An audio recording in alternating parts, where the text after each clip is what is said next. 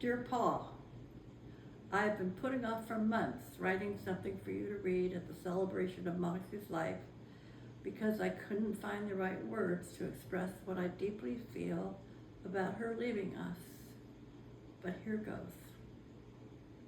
The first time I met Moxie and you was in one of my journalism classes at College of Marin in Kentfield, California, about 34 years ago. I did not remember until recently that she was 22, and you were only 18. What I did realize almost immediately was that Moxie, who was Melissa at the time, was the most memorable student I have ever encountered in my 8 years of teaching there. I especially remember the hours the three of us spent in our almost all-nighters to produce a camera-ready student newspaper on time, with one computer and pagemaker that none of us knew how to use. What a hoot. My claim to fame is that I was an up-close witness to you and Moxie falling in love in my classroom. Unbeknownst to you, Moxie did discuss with me several times if I thought it was okay for her to be falling in love with someone younger than she. As if I could stop it from happening. And several years later, I was honored to be a guest at your wedding. We're just a few days away from 29 years ago.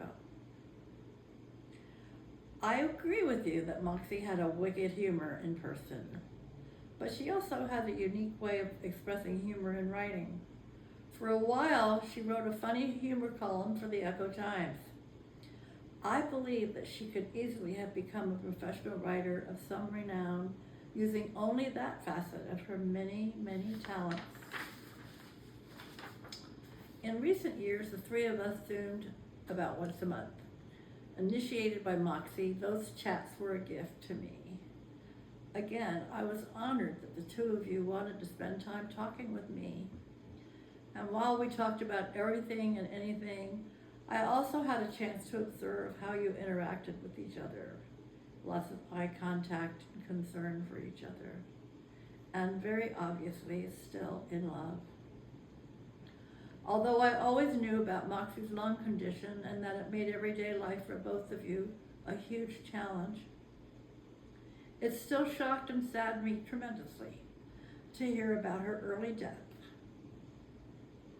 I will miss her Zooming into my Saturdays once a month. But I will remember her passion for living and for wanting to make the world a better place, which in fact she did. Finally, Moxie's wish to have her body nourish a tree touched my heart. And the timing to learn about that was kind of surreal.